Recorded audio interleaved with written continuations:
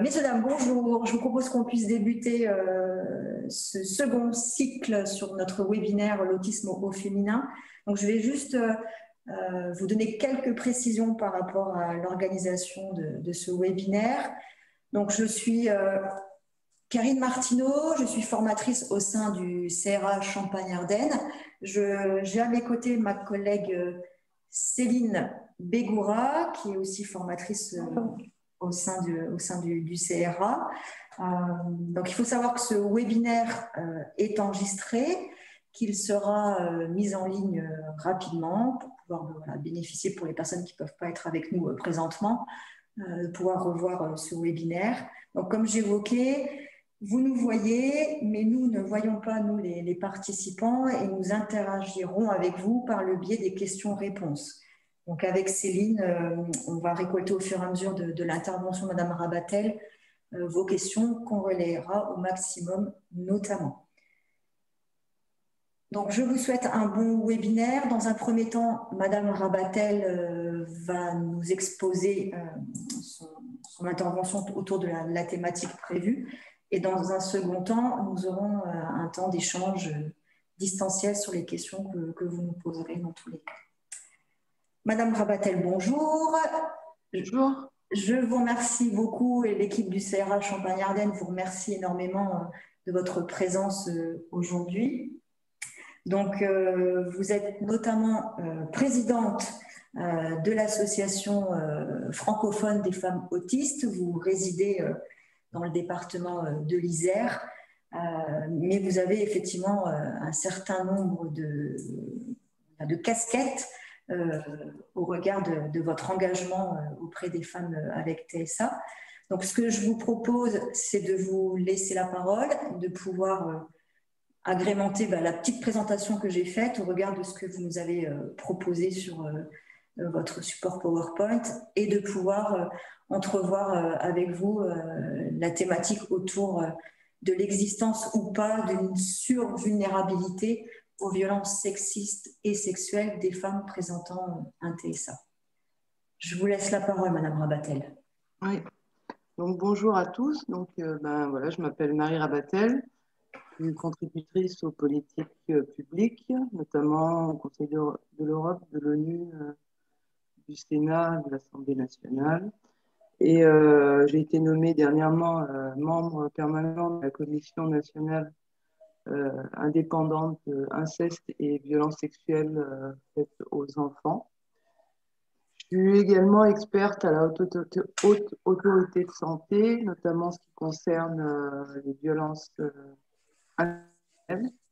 et puis également experte pour la MIPROF. Donc la MIPROF, c'est la mission interministérielle de la lutte contre les violences faites aux femmes et de la traite des humains, du comité interministériel du handicap et du comité paralympique et sportif français, où on est dans la réalisation d'un outil pour permettre aux sportifs en situation de handicap ou non de savoir où sont les limites, voilà, pour pas tomber justement dans une violence sexuelle.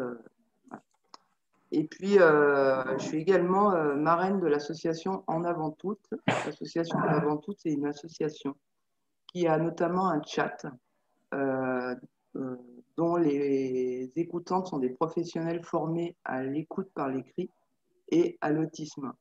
Et du coup, les personnes qui sont sur notre site et qui veulent entrer en chat, parce qu'on a hâte de l'association, en fait, elles rentrent directement en contact avec ces professionnels qui sont formés à tout ça. Voilà. D'accord. Donc, je suis moi-même autiste. J'ai été diagnostiquée à l'adolescence. Et voilà, je peux dire. Donc, la question du jour, c'était: y a-t-il une survulnérabilité des femmes autistes aux violences sexistes et sexuelles? Alors, c'est une question effectivement à se poser, tant pour s'en protéger que pour justement en tant qu'accompagnant, d'être vigilant au fait de cette survulnérabilité. Alors, préciser qu'est-ce qu'une violence sexuelle. Une violence sexuelle, c'est une contrainte, alors qu'elle soit verbale, visuelle, psychologique ou un contact physique, par laquelle une personne va se servir d'un enfant, d'un adolescent ou d'un adulte en vue d'une stimulation sexuelle, la sienne ou celle d'un tiers. Donc, on a quelques chiffres sur les violences sexuelles en général, mais on en a très très peu sur les violences subies par les personnes en situation de handicap. Donc, ce n'est pas un hasard non plus, hein. Quand on n'a pas envie de savoir, on fait en sorte qu'il n'y ait pas de chiffres. Mais étant une association qui justement sensibilise à cette problématique et étant en contact avec le congrès, enfin la Fondation Pierre Desnéquières, notamment le docteur David Bourion, il a pu réaliser en fait une étude sur la vulnérabilité des femmes autistes face aux violences sexuelles, où on a pu s'apercevoir, donc les résultats ont donné que 88% des femmes autistes ont subi une ou plusieurs violences sexuelles, dont 51% un viol. Voilà. Il y a aussi le déni du viol, parce que pour certaines femmes, même si elles ont été contraintes à une pénétration sexuelle, elles vont le nommer comme une agression sexuelle. Ou un truc qui n'est pas si grave que ça. Les violences représentent 47% avant l'âge de 14 ans et 31% avant l'âge de 9 ans. Donc en fait, ce qui signifie que quand on est une femme autiste ou une fille autiste, on a 9 chances sur 10 d'être victime d'agression sexuelle. Donc c'est quand même un chiffre qui fait un peu froid dans le dos et qui est absolument important à connaître pour justement que les personnes elles-mêmes comprennent pourquoi elles sont vulnérables aux violences sexuelles et l'entourage comprenne aussi qu'il faut les protéger mais sans les surprotéger. Parce que quand on surprotège quelqu'un, le jour où on le laisse dans la nature, en fait, elle n'a aucune protection. Voilà. Donc, comme je vous disais, tous ces chiffres, c'est qu'il y a quand même une urgence absolue, notamment tout ce qui est prévention et sensibilisation. Alors, on peut parler de la loi, hein, mais la loi, elle ne fait pas tout. La loi, bien sûr qu'elle doit être un peu curative pour être dans le préventif, ça c'est sûr. Mais le but, c'est quand même pas d'avoir accès à la loi, c'est vraiment de faire en sorte que les choses, elles ne se passent pas. Alors, pourquoi les personnes, d'abord, les personnes autistes sont davantage victimes aux violences sexuelles? Alors, il y a, voilà, comme on le sait tous, l'autisme, c'est un spectre, c'est comme un arc-en-ciel, hein. Voilà, c'est pas quelque chose, il n'y a pas une personne autiste qui a les mêmes particularités. On est tous différents. Il y en a qui vont être verbales, d'autres non. Il y en a qui vont avoir un retard cognitif, d'autres non. Il y en a qui vont camoufler un petit peu toutes leurs difficultés. Il y en a d'autres, elles ne peuvent pas. En fait, il y a différentes, elles sont listées ici. Alors, c'est pas, voilà, il y en a encore d'autres, hein, mais une qui est principale, c'est le manque de pouvoir décisionnel et de contrôle sur sa vie. Alors, pourquoi je dis ça? Parce que quand on est vers naître handicapé, quel que soit son handicap, on est conditionné pour répondre en fait aux demandes de l'adulte, aux demandes de l'autre, parce que voilà, quand il y a des choses qu'on est en difficulté de faire, qu'on n'arrive pas à faire ou qu'on ne comprend pas, ou alors on va avoir une autre manière de faire, mais qui ne correspond pas en fait aux attentes de la société, et qui fait que petit à petit, on va nous ancrer en nous, comme quoi en fait notre décision n'a aucun sens, notre décision n'a aucune valeur, et qu'il faut absolument écouter la parole de l'autre et se soumettre au désir de l'autre. Ça, c'est quelque chose qui est très, très important à avoir en tête. cet entraînement en fait à la soumission, comme je l'appelle, hein, c'est au lieu d'avoir euh, un pouvoir décisionnel, en fait, on est dans un entraînement à la soumission et le problème, c'est que on n'est pas dans une démarche de, comment on appelle ça, une démarche d'autonomie, mais bien une démarche de dépendance. En fait. Il y a cette difficulté aussi où n'arrive pas à reconnaître en fait le danger qu'il pourrait y avoir. Alors, je vais parler voilà, de deux situations. Une personne qui n'a aucune déficience intellectuelle, qui est incluse dans la société, qui a un travail et qui va se retrouver face à une personne et qui va la draguer. Sauf que la personne, elle ne va pas comprendre exactement que c'est sur ce registre-là. Et la personne autiste aura, enfin, elle, ce qu'elle verra, c'est plus l'échange, sur le contenu de l'échange, des choses comme ça, et que l'autre en face, lui, c'est pas son intention. En fait, on a cette difficulté aussi de comprendre l'intention des gens, qui fait qu'on va se mettre soi-même en difficulté. Et pour prendre un autre exemple, une personne qui est non-verbale, qui a une altération au niveau cognitif, ben, lui va pas voir le mal, pas avoir aucune perception de ce que l'autre peut lui faire ou lui faire faire de dégradant. Voilà. Euh, il y a, il y a aussi une donnée, c'est que les personnes autistes ou en situation de handicap, ça ne change pas grand-chose, c'est qu'il y a une grosse méconnaissance de leurs droits, une grosse méconnaissance de savoir ce qu'on a le droit de leur faire et pas le droit de leur faire. Et il y a enfin, tout ce qui est au niveau de l'éducation à la sexualité, c'est une chose, mais voilà, le point de départ, c'est quand même l'apprentissage à qu'est-ce que l'intimité. Voilà.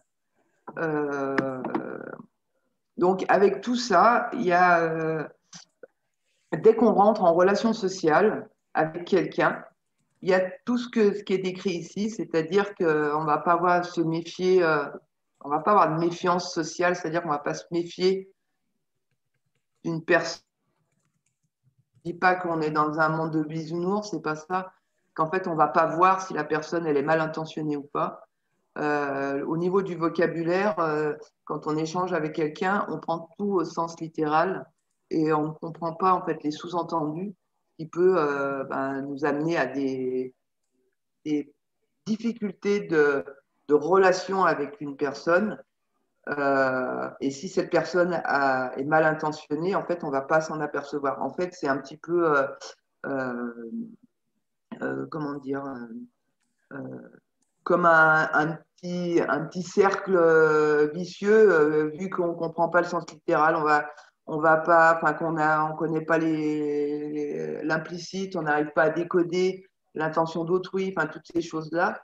Du coup, en fait, on se retrouve dans une innocence, une naïveté, et donc une vulnérabilité, qui fait que, bah, en fait, si on n'en a pas conscience, si on, si les personnes autistes ne prennent pas conscience de ça, en fait, elles augmentent leur vulnérabilité et en fait, elles augmentent considérablement le risque potentiel de subir des violences sexuelles. Alors, il y a une phrase de Tony Attwood qui nous dit que les personnes avec autisme éprouvent des difficultés à lire, entre guillemets, et comprennent les intentions et les émotions fines et complexes des autres, ainsi qu'à communiquer efficacement leurs pensées et les sentiments intimes. C'est vrai qu'une personne autiste a aussi cette difficulté de savoir où se situe l'intime de soi et l'intime de l'autre. Et on peut très, très vite se retrouver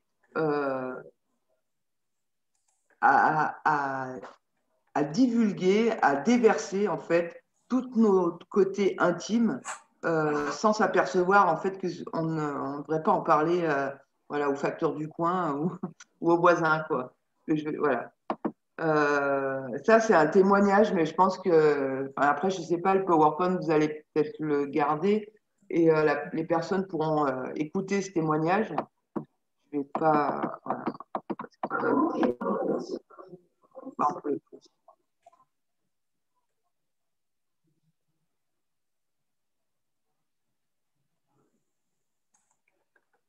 on n'entend pas le. Madame Rabatel, on n'entend pas. Ah, vous n'entendez pas? Non. Bon, alors, hop, attendez. Hop.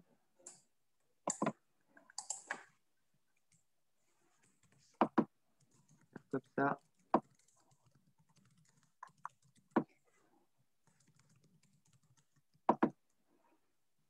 En fait, pour vous expliquer un petit peu le témoignage, donc c'est une jeune femme qui explique que ben, elle a été victime de viol, mais elle n'a jamais pris conscience qu'en fait elle a été victime de viol. Et elle a aussi une amnésie traumatique qui l'amène en fait à prendre conscience que ben, elle se souvenait, c'était qu'elle jouait avec une personne et parce elle était contente que quelqu'un joue avec elle parce que ben, personne jouait avec elle et que du coup ben, en fait elle s'est voilà le chemin a fait voilà l'information a fait son chemin dans son cerveau et en fait elle a vécu un viol et voilà.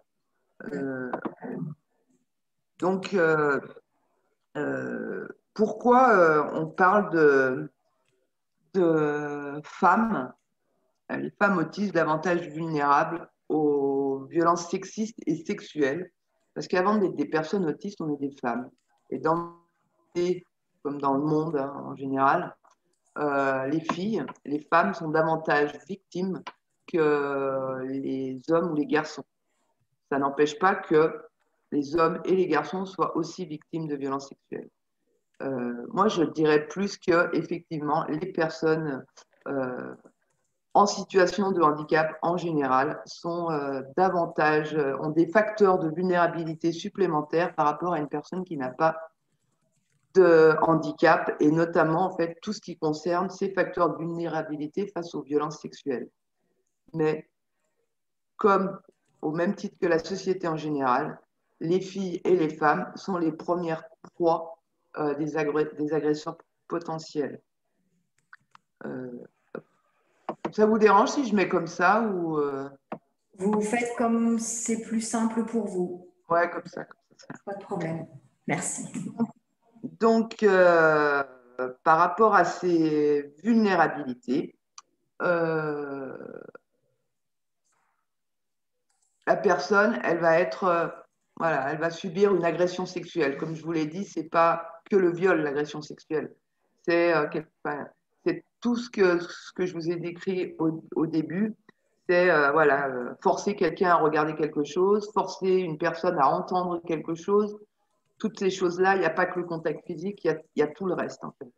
Et ça a des conséquences, ce qu'on appelle des conséquences psychotraumatiques, qui sont d'ailleurs très souvent ignorées. Vous savez, on parle beaucoup il y a une méconnaissance de l'autisme dans notre société française, notamment de la part des professionnels. Il n'y a pas que l'autisme qui a un problème. Il y a aussi, ça aussi, ça en fait partie, c'est-à-dire qu'il y a très peu de professionnels qui ont une formation des conséquences psychotraumatiques. Et, euh, et du coup, ce qui amène à ce que des personnes autistes se retrouvent ignorées dans leur souffrance et dans ses conséquences, puisqu'elles vont être mises sur le dos du handicap. Du coup, enfin, à ce sujet-là, l'association AFA, l'association Mémoire traumatique, avec des professionnels de Skill Bar, nous avons réalisé un module auto-formatif qui permet en fait de repérer notamment les situations à risque et puis d'agir pour permettre que ces personnes-là, malgré le fait qu'elles ne parlent pas, puissent être entendues dans l'expression de leur traumatisme en lien avec les violences sexuelles qu'elles ont subies. Donc les conséquences, pourquoi il y a aussi un amalgame entre ces conséquences d'état de stress post-traumatique et l'autisme, parce qu'il y a des comportements qui peuvent être assimilés à l'autisme. Et on parle aussi de problématiques de diagnostic chez les femmes, où il y a beaucoup de femmes qui passent à travers les mailles du diagnostic. Et c'est aussi une raison, parce que, bon, on le sait, hein, les outils ont été réalisés sur des profils d'hommes. Enfin, voilà, la société, on demande toujours à une femme de sourire. Voilà, elle passe beaucoup plus inaperçue. Ça, vous avez dû en parler lors de différents modules. Mais il y a aussi cette notion-là, c'est-à-dire que une personne qui va être victime d'agression sexuelle, qui va développer un état de stress post-traumatique, le professionnel va axer en fait son attention sur ses comorbidités et en fait va peut-être ne jamais se poser la question qu'il y a peut-être aussi de l'autisme à l'intérieur, enfin de l'autisme. Vous voyez ce que je veux dire? C'est-à-dire qu'une personne voilà qui va avoir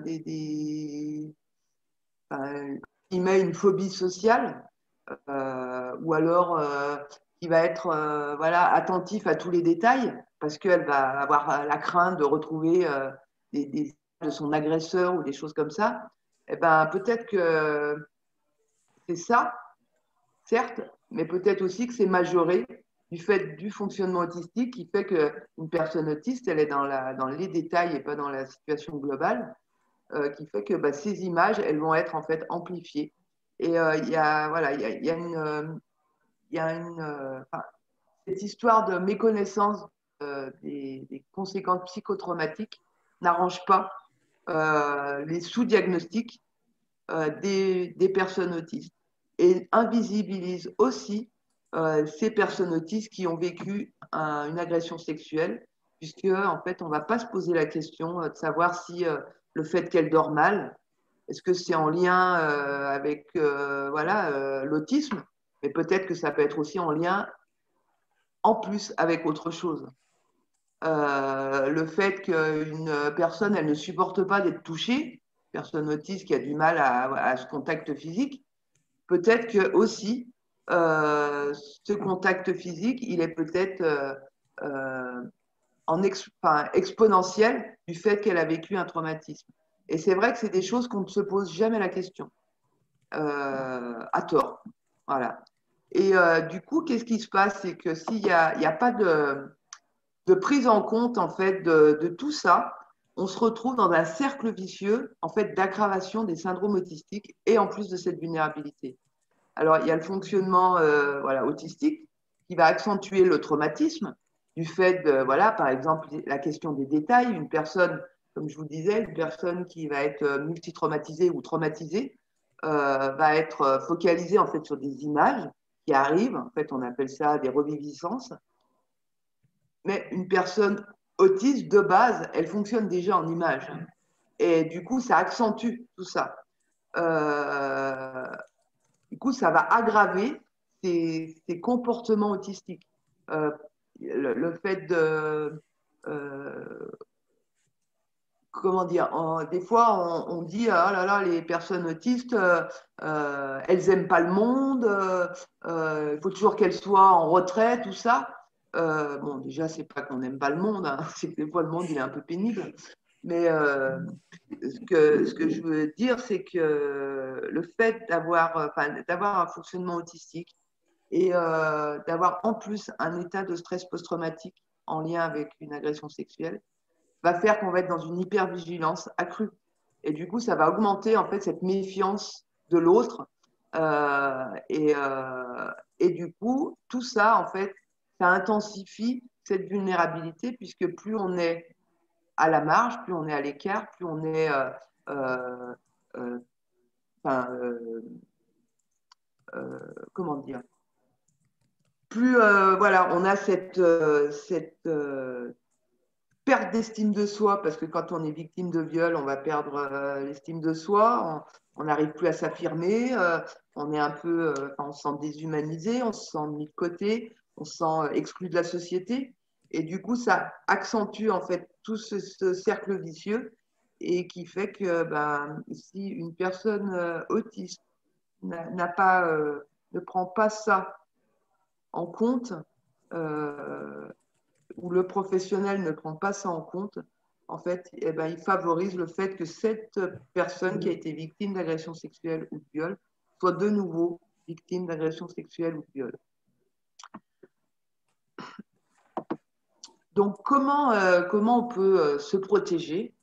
C'est quand même la personne elle-même qui doit se protéger. Et quelles sont les prises en charge possibles?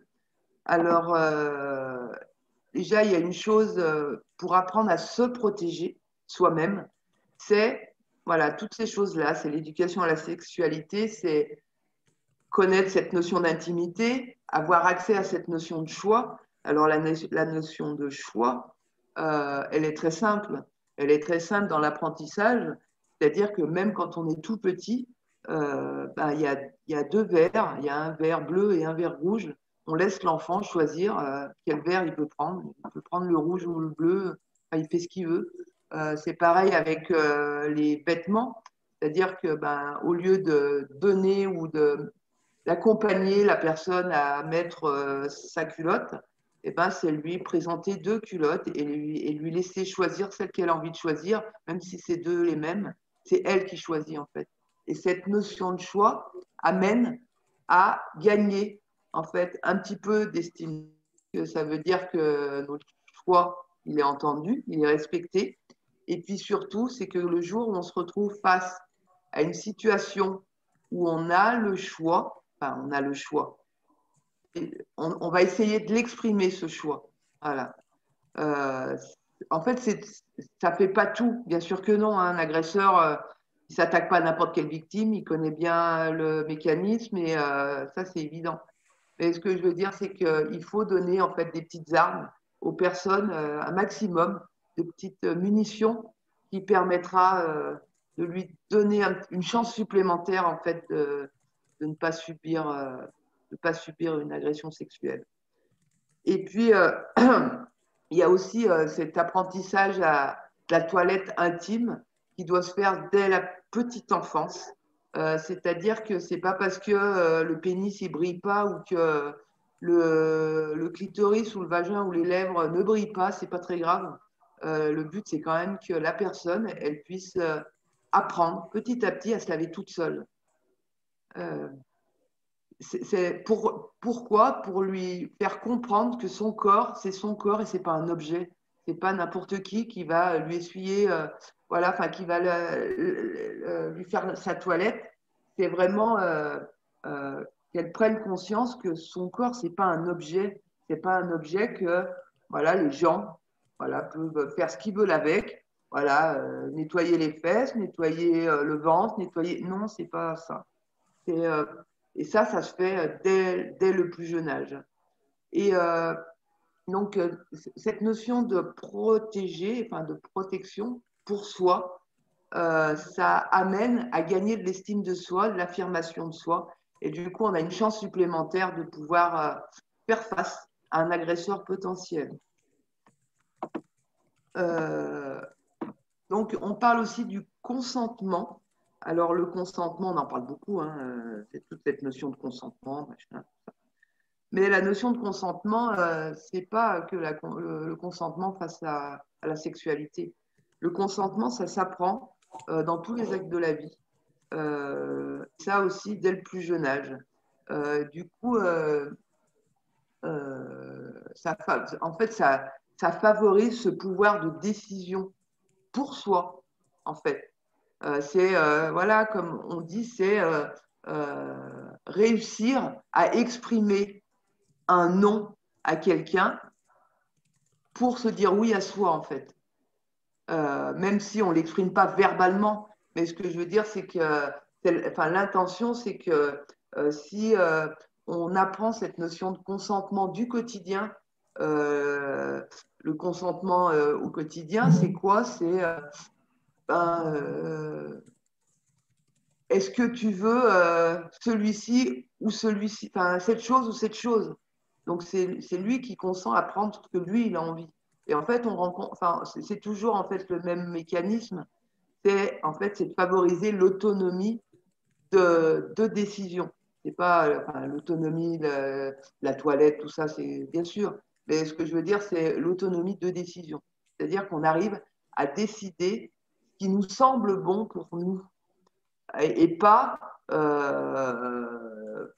développer en fait cet apprentissage où on va être soumis toujours en fait à la parole de l'éducateur, à la parole du professionnel, à la parole des parents. Non, c'est que nous, on a ce pouvoir de décider par nous-mêmes et pour nous-mêmes. Voilà. Parce que, en fait, si on, on tourne là-dedans, on est quand même dans une violence éducative et donc au sein de personnes. Et quand on est en institution, en fait, c'est des violences éducatives. Enfin, moi, je l'appelle des violences ordinaires institutionnelles, qui fait que ben, le professionnel ne va pas se rendre compte qu'il est dans une violence envers la personne qui l'accueille et, et se retrouve finalement indépendant de sa volonté, acteur en tant qu'agresseur. Voilà. Je ne parle pas de violence sexuelle spécifiquement. Hop, oh là, je suis allée trop loin.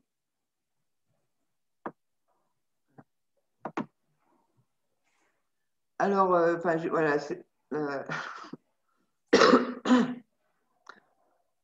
pour revenir à cette notion d'autisme et de traumatisme,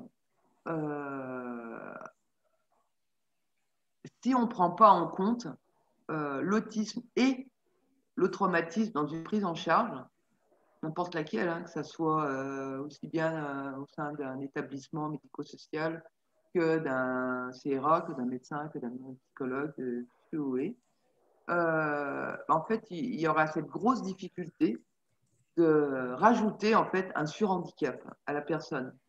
Pourquoi? Parce que le fait que son traumatisme ne soit pas pris en compte ou que son autisme ne soit pas pris en compte dans toute sa globalité, fait qu'elle va avoir beaucoup de mal à faire confiance à l'aidant ou au professionnel.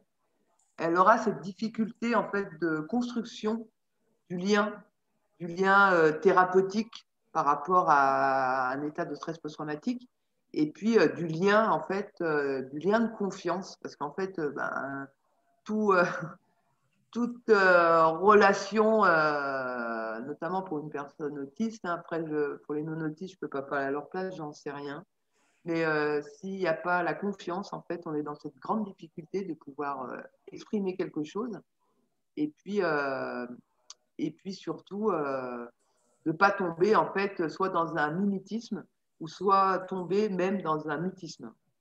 Euh, et pour revenir en fait à soigner un trauma quand on est une personne autiste, si les deux ne sont pas pris en compte, en fait, bah, c'est un échec tant pour l'aidant ou le professionnel que pour la personne elle-même. Et du coup, on va augmenter en fait des comportements inadaptés chez la personne autiste. Et, ben, en fait, on est complètement ben, violent, quoi. On est vraiment violent. À contrario, si on prend les deux ensemble, c'est-à-dire ce qui est spécifique à l'autisme et ce qui est spécifique au traumatisme. Alors, pour vous donner un exemple, donc je vais parler, voilà, pour moi, quand j'arrive dans une gare, euh, donc si ce qui vient de l'autisme et ce qui vient de mon traumatisme, bah, quand je descends du train, j'ai l'impression que je me retrouve dans une fourmilière avec des gens, mais le problème c'est qu'ils ne savent pas où ils vont et ça fait vraiment, enfin, j'ai l'impression que ça grouille de gens, voilà, et qu'il n'y a rien qui est ordonné. Il y en a qui vont à gauche, à droite, il y en a qui vont au nord, au sud. Enfin, on a l'impression que ça grouille, quoi. Et ce qui est en lien avec le traumatisme, c'est pas ça. C'est que quand j'arrive à la gare, en fait, je suis toujours à l'affût d'un détail qui pourrait me protéger, enfin, que je ne refuserais de voir pour me protéger contre une image et réveiller une image, en fait, d'une agression. Et si on ne prend pas enfin, si on ne différencie pas ce qui vient de l'autisme et du traumatisme, en fait, la prise en charge, elle est obsolète, quoi, elle n'est pas bonne. Et, et d'autant plus que si on veut favoriser un, un processus, entre guillemets, de résilience face au traumatisme, bah, si on ne prend pas les deux, on ne risque pas d'y arriver. Voilà. Quelles sont les lois? Alors, les lois, bon, bah, je ne sais pas si vous suivez actuellement, mais les lois, elles changent un petit peu. Elles sont, voilà, là, il y a les votes prochains, la prochaine navette parlementaire, je crois que c'est le 10 avril, donc bah, pour permettre à un enfant de moins de 15 ans, s'il est victime d'agression sexuelle, eh bien, que l'agresseur soit condamné et qu'on ne demande pas encore le consentement à l'enfant. Voilà, parce qu'il faut savoir qu'à l'heure d'aujourd'hui, même un enfant de 6 ans, on lui demande encore s'il est consentant, s'il n'était pas consentant en fait, d'avoir subi un viol. Voilà. Donc c'est sûr que ça sera une avancée. Après, il y a une chose, ben, c'est que tout ce qui concerne le handicap, alors c'est pas le handicap en tant que tel, mais je parlerai plus de vulnérabilité en lien avec un âge mental qui est en dessous du seuil d'âge préconisé dans ces propositions de loi, où ben, un adulte de 25 ans avec un âge mental de 6 ans, y a rien qui, enfin, il n'est pas plus protégé aujourd'hui. Et ça, par contre, c'est sûr que c'est justement toute cette dimension au niveau juridique où on va essayer de voir comment réfléchir dans cette commission indépendante inceste et violences sexuelles. Parce qu'il faut savoir que dans cette commission, il y a, enfin, vous savez, dans les politiques publiques, très souvent, tout ce qui concerne le handicap, en fait, c'est mis un petit peu à l'écart, dans l'ombre. Hein, on n'en parle pas beaucoup, il ne faut surtout pas. Hein, voilà. Et en fait, enfin, il n'y a aucune chose qui va se parler dans cette commission sans la prise en compte des enfants en situation de handicap. Voilà. Donc c'est quand même une avancée là-dessus. Et puis, alors il faut savoir qu'à l'heure d'aujourd'hui, une personne qui a été victime de violences sexuelles avant ses 18 ans a jusqu'à ses 48 ans pour porter plainte. Voilà, ça c'est une chose.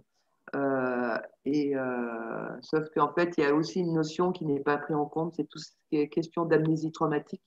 Et quand on parle en plus de l'autisme, c'est-à-dire que combien de personnes adultes autistes se retrouvent attachées à 40 ans, on ne sait pas pourquoi, une crise, et personne ne s'est posé la question de savoir si peut-être que ce qu'elle vit, c'est une amnésie traumatique, c'est une, une,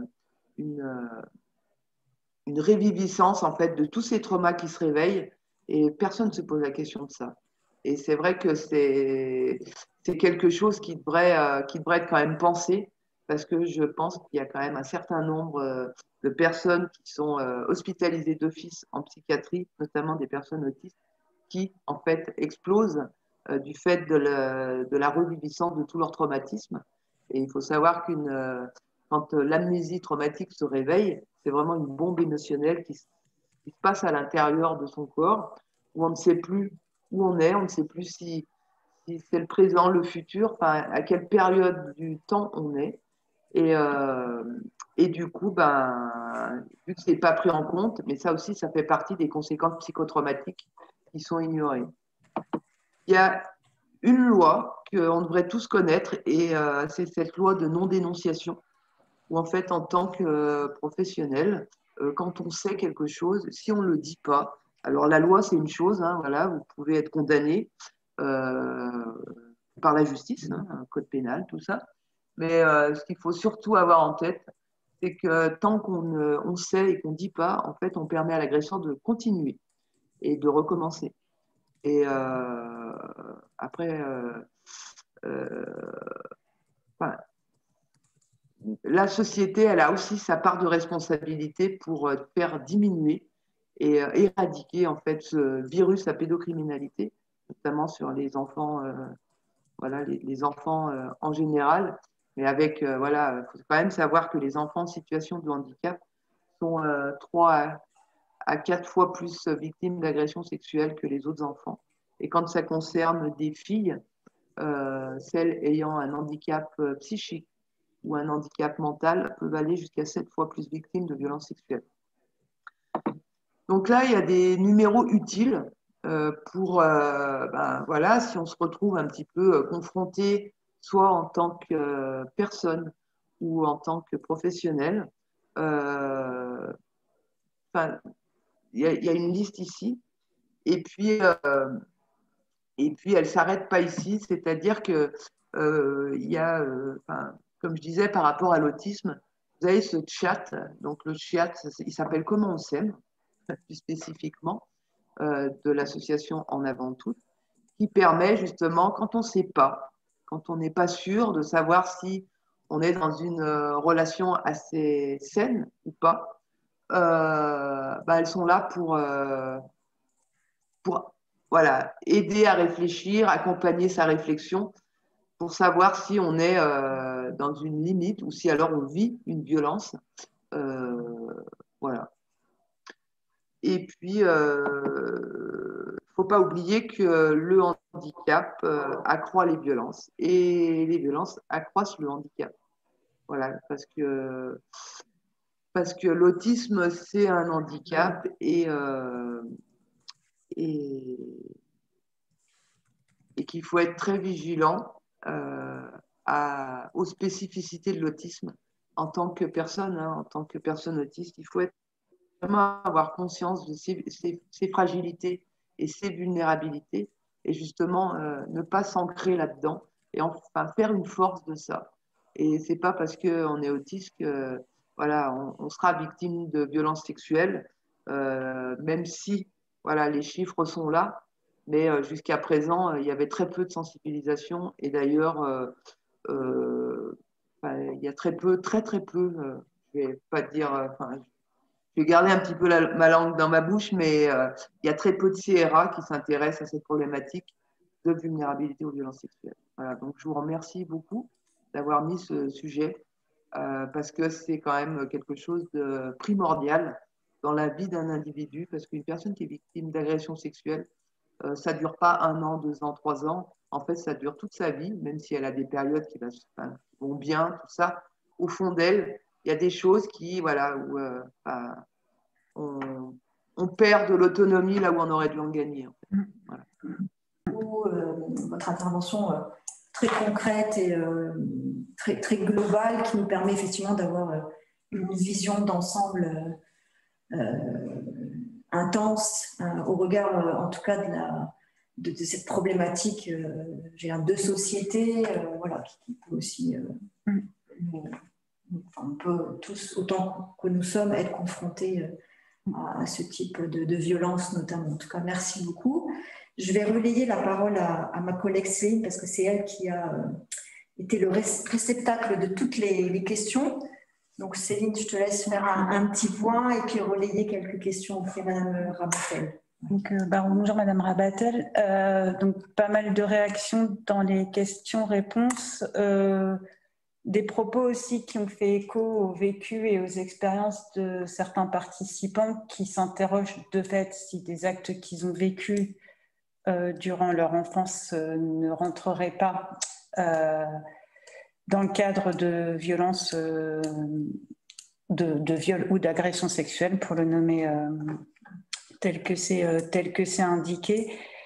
Pas mal de questions justement sur la distinction entre viol, agression, et aussi beaucoup de questions sur quand c'est des agressions qui ont été vécues au moment, lorsque la personne était mineure, sur à qui on en parle et sur les démarches à réaliser quand une personne est mineure, subit ce genre d'agression et cherche en tout cas des ressources à qui en parler et voilà, à qui s'adresser. Beaucoup de questions qui sont revenues là-dessus. Alors, ça fait beaucoup de questions en une. Ouais. Bon, déjà, la différence entre un viol et une agression sexuelle, c'est un viol, c'est une pénétration sous contrainte. Donc, c'est pénétration, c'est pas que vaginale, hein, ça peut être buccale, ça peut être anal, enfin, tout ça. Et une agression sexuelle, donc, c'est, comme je l'ai décrit, c'est forcer quelqu'un à voir des images qu'elle ne veut pas. Forcer, en fait, il y a ces mots forcer, en fait. Une agression, c'est forcer sans pénétration. Mais les conséquences, c'est pas, comment dire, une personne qui a vécu une agression sexuelle, donc sans pénétration, mais qui a eu ce ressenti qu'elle allait mourir, la conséquence est la même. Ce que je veux dire, c'est que c'est pas parce qu'on va vivre un viol que le traumatisme sera plus important. C'est le contexte, en fait, et c'est comment la personne elle-même a ressenti ce moment-là. Voilà. Mais c'est vrai qu'aux yeux de la loi, c'est pas la même chose. Euh, voilà. Après, la première question, c'était quoi? Donc ensuite, il y avait une question relative à l'âge de la victime et notamment une personne qui décrivait, et plusieurs personnes qui posaient la question de savoir si les agressions ont lieu quand la personne est mineure, dans le cadre de la cellule familiale, comment en parler, à qui s'adresser et quelles sont les démarches pour porter plainte.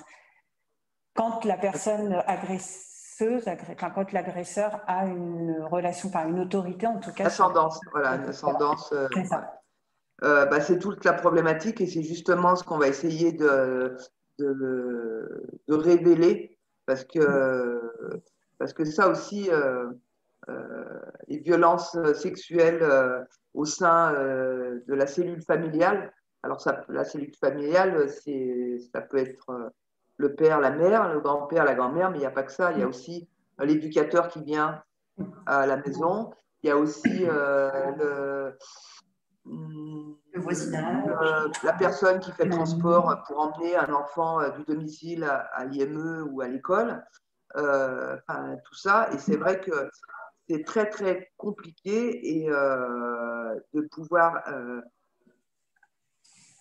déjà pour l'enfant, de savoir, de pouvoir exprimer qu'il a vécu. Déjà un enfant sans handicap, c'est très, très dur. Mais alors un enfant avec un handicap et un enfant en plus avec cette spécificité de l'autisme fait que ça sera encore plus compliqué à révéler et à l'exprimer. Alors quand il est non-verbal, voilà. Après, ce qui est hyper important, c'est que l'entourage doit être très attentif à l'expression du corps, en fait. Un enfant qui, du jour au lendemain, va se mettre tout nu, c'est pas anodin. Il y a quelque chose qui, voilà. Un enfant qui, du jour au lendemain, va avoir une étiquette qui, jusqu'à présent, le supportait assez bien, va se retrouver à ne plus supporter l'étiquette. En fait, dès qu'on voit un enfant qui a un changement de comportement soudain, c'est qu'il y a quelque chose qui se passe. Et très souvent, les professionnels vont mettre en lien avec c'est peut-être le bruit du tracteur ou c'est peut-être oui peut-être, mais en fait jamais on se pose la question de savoir est-ce que peut-être il a peut-être vécu une agression sexuelle au sein de l'établissement ou au sein de sa famille. Et c'est ça qui est important, que les professionnels et la famille aient cette petite ampoule dans leur petite tête pour qu'ils restent allumés quand il y a quelque chose qui leur paraisse.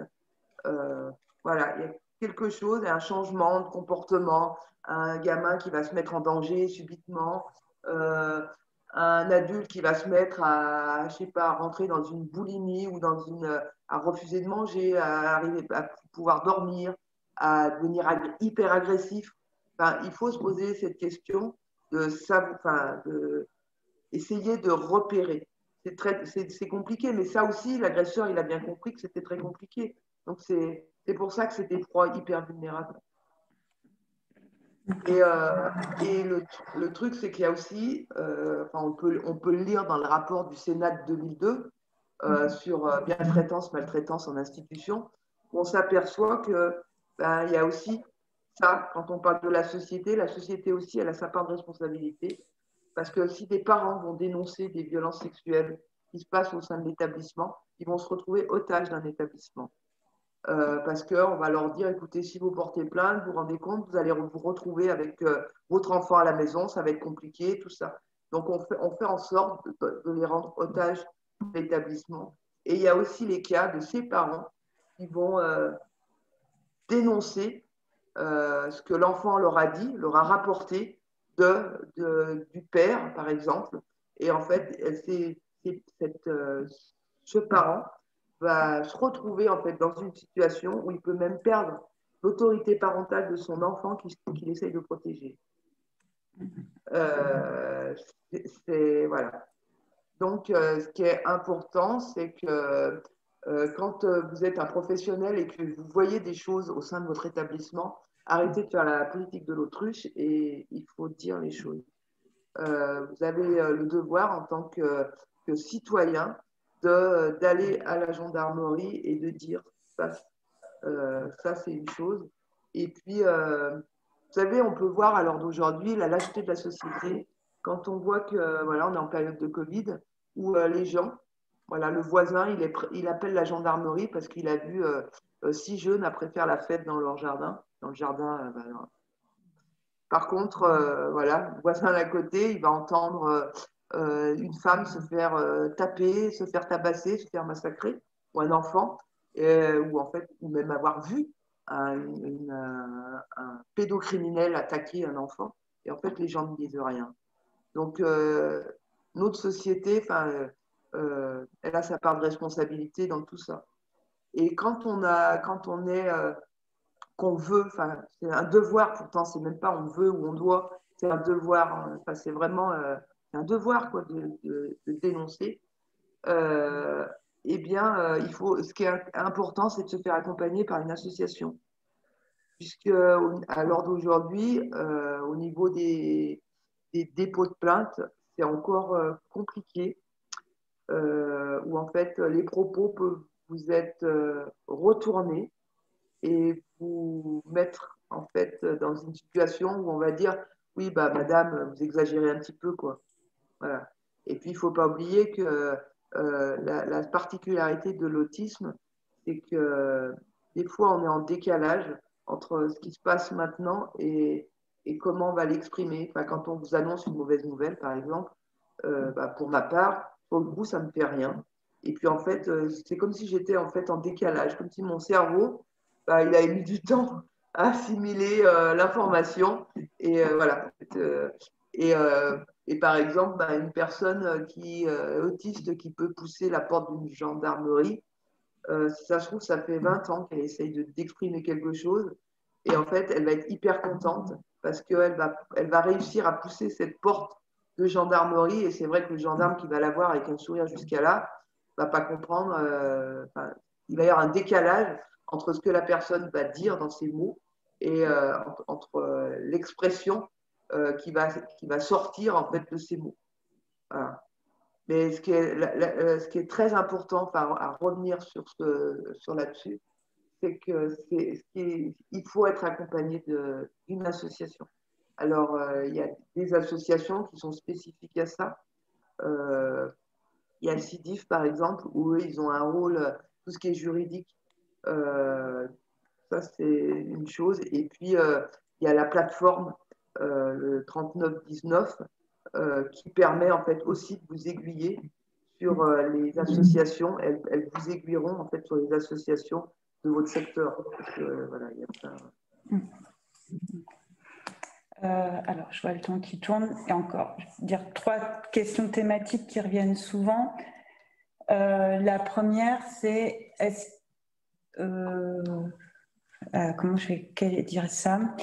Est-ce qu'il y aurait un site qui recenserait des professionnels formés à l'accompagnement des personnes TSA qui ont vécu ce type de traumatisme? Est-ce qu'on peut trouver un annuaire en ligne concrètement qui recense? Alors, ça serait le paradis si ça existait. Voilà, non, ça n'existe pas. Déjà, quand on arrive à trouver un professionnel qui est formé, notamment à la spécificité de l'autisme au féminin, c'est déjà un miracle. Quand on trouve un professionnel qui est formé aux conséquences psychotraumatiques, c'est un miracle, même si ça, par contre, ça se développe de plus en plus, hein. On est bien d'accord. Non, en fait, ça n'existe pas. D'accord. Voilà. Mais moi, ce que je dirais par rapport à mon expérience personnelle, c'est que c'est plus important d'avoir un professionnel qui a une bonne connaissance de l'état de stress post-traumatique que de l'autisme. D'accord, c'est important. D'accord. Et puis, une autre question, alors plus sur le champ de la prévention cette fois-ci. Des professionnels ou des parents qui souhaiteraient accompagner des jeunes filles ados avec des TSA sur justement cette question de dire non, le consentement, faire de la prévention autour de ces violences. Est-ce qu'il y a des outils qui... Oui, alors, il y a des outils. Alors, enfin, des outils. La liste n'est pas longue hein, comme le bras, hein, comme on dit, l'expression. Ce que je veux dire, c'est qu'il y a un outil qui a été réalisé donc, par l'association AFA et l'association et le planning familial. Donc, ça s'appelle Moi, mon corps et les autres. Donc, c'est un livret qui permet vraiment de sensibiliser à cette notion de consentement. Donc, c'est réalisé avec des pictogrammes, donc c'est accessible à tous.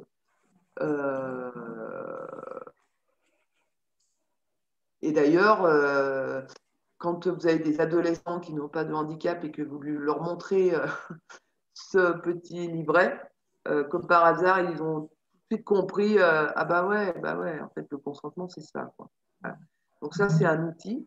Après, il y a le planning familial qui interviennent dans les établissements régulièrement pour justement discuter autour de ce sujet.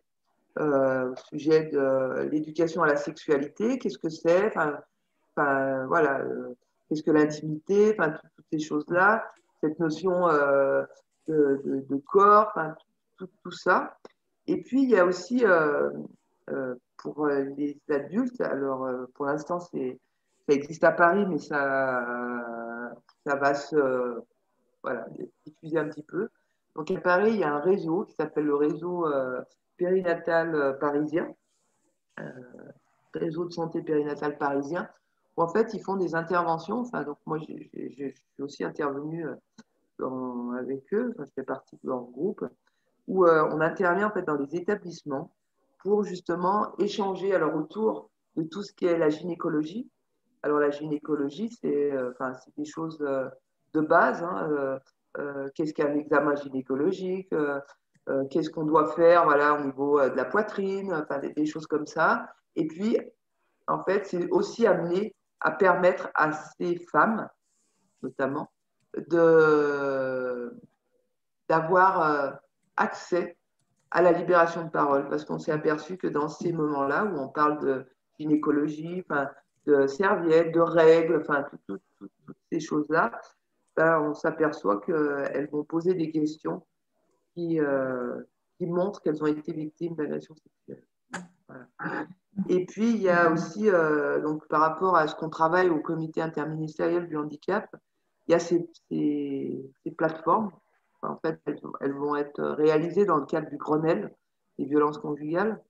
Ça va être un lieu qui concerne en fait tout ce qui est éducation à la sexualité et à la parentalité. Et ça sera pour les personnes concernées, tout handicap confondu, mais aussi les familles et les professionnels. Et ça sera un lieu ressource où en fait, dès qu'on a besoin d'informations, dès qu'on doit tout ce qui concerne ces sujets-là, en fait, seront centrés au même endroit pour favoriser, en fait, notamment la prévention. Et puis, il y a aussi comme outil qui est qui est assez utile, mais même s'il est à destination des aidants, de la famille et des professionnels, c'est le module auto-formatif qu'on a réalisé, puisqu'on s'est aperçu que les personnes handicapées qui avaient pris connaissance de ce module avaient pris conscience que ce qu'elles avaient vécu, ce n'était pas normal. Voilà. Dernière question. Non, c'est bon. D'accord. Donc, il va être temps de conclure ce temps d'échange avec vous, Madame Rabatel. Donc, pour nos participants, nous mettrons en ligne, comme j'évoquais en début de séquence, l'enregistrement du webinaire.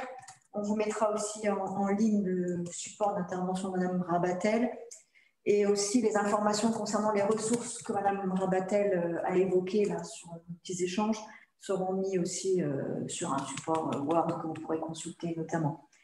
Donc pour terminer, notre dernier cycle de webinaire aura lieu mercredi 7 avril de 13h à 14h et la personne qui est invitée, qui témoignera, c'est Madame Sandrine Gilles Gouahen, qui est auteure du livre « Maman est autiste et elle déchire ».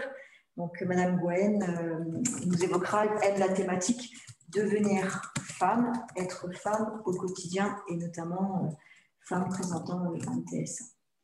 Pour conclure, Madame Rabatel, je vous réitère à nouveau, sans le masque, un grand merci de vous être montré disponible, de pouvoir effectivement évoquer avec nous cette thématique qui est très complexe, notamment. Là, je peux, parce que là, je viens de parcourir les questions et Oui. en fait, je viens de lire une question. Donc, c'est un spectateur anonyme, mais c'est pas anodin que la personne soit anonyme. N'est-il pas plus dur de se construire en pensant qu'on a été violé plutôt que d'être dans le déni? Je préfère le déni pour ma part. Ça m'aide à penser que je n'ai pas vécu cela. En fait, la personne, chacun pense ce qu'il veut, hein, mais un jour ou l'autre, c'est pas elle qui choisit en fait. C'est pas elle qui va choisir ce qui. On peut commander son cerveau, mais le corps, il n'oublie rien. Et à un moment donné, elle va pas comprendre. Ça va être une descente aux enfers. Et les risques sont encore plus graves en fait. Voilà. Et j'invite cette personne à être très attentif, à voir, d'être vraiment suivi par quelqu'un, parce que rester dans le déni, plus on reste dans le déni longtemps, plus à l'intérieur, en fait, c'est comme, vous savez, c'est comme une plaie. Si on met un sparadrap, en fait, on la voit pas, on se dit, ah bah c'est bon, ça va guérir tout ça. Mais en fait, la plaie, elle se creuse de plus en plus. Et quand il y a besoin de réparer la plaie, on met beaucoup plus longtemps. Voilà, c'est juste ce que je voulais dire. Après, effectivement, ce qui peut être compliqué pour les personnes victimes de trauma, c'est le chemin à parcourir, en tout cas entre le moment où effectivement elles peuvent prendre cette décision de se faire accompagner. Parce qu'en plus, le problème, c'est que plus on reste dans le déni, plus on est, en fait, on se remet dans cette situation de victime. Et du coup, on augmente en fait ses chances de vivre des situations similaires, pas spécialement d'agression sexuelle, mais au niveau de son travail, au niveau de son quotidien, où en fait on est toujours la victime de quelqu'un, et on ne sort pas de ça. En fait. Et puis, vous savez, il y a aussi, je ne sais pas si vous connaissez ce triangle, où en fait, soit on est victime, agresseur, ou en fait on est sauveur du monde, enfin voilà. Et le problème, c'est que très souvent, ces victimes qui refusent de voir la réalité se retrouvent en fait à être des agresseurs au niveau verbal, au niveau de leur comportement, et ne comprennent pas pourquoi elles se retrouvent dans des situations hyper agressives où rester dans le déni, c'est pas une protection en fait. C'est un semblant de protection. Voilà. C'est juste ce que je voulais rajouter. D'accord. Merci beaucoup en tout cas pour vos retours d'expérience, la richesse de vos propos et notamment l'engagement que vous menez, le combat que vous menez au regard des spécificités des personnes avec TSA et notamment des personnes qui vivent des traumas notamment. Madame Rabatel, un grand merci. Je vous souhaite, ainsi qu'avec Céline, une très bonne continuation à vous. Et puis peut-être un jour, on se croisera de façon présentielle, dans un colloque ou autre chose. Merci beaucoup, Madame Rabatel. Oui. Prenez soin de vous. Au revoir. Prenez soin de vous. Merci. Au revoir.